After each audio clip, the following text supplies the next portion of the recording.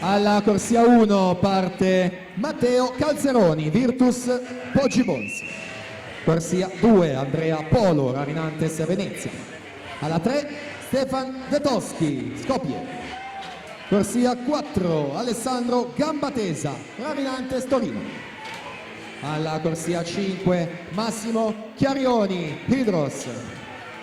Corsia 6 Tommaso Zuin, Hydros.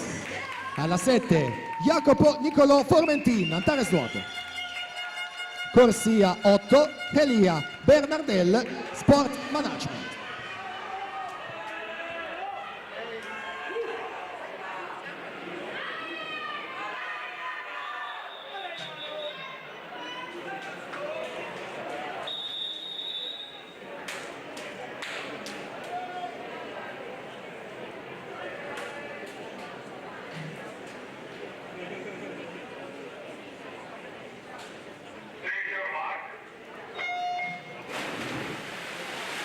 Partita allora questa finale, ragazzi. Il record MCG è di Mattia Zuin, 55,93.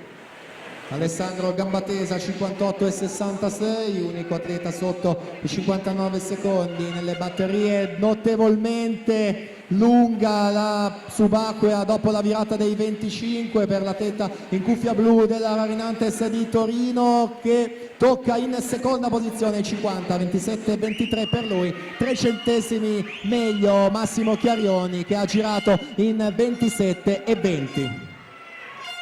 Virata quindi dei 75 metri e vediamo anche la subacquea post ultima virata sempre più lunga per Gambatesa, ma Chiarioni più efficace, infatti mantiene il vantaggio l'atleta dell'Hydros in corsia numero 5 fino all'ultima bracciata e si prende la vittoria, l'ennesima in questa manifestazione. 58,35 per lui su Gambatesa, 58,49 e quindi Stefan Svetoschi a completare il podio e lui terzo con 58,97.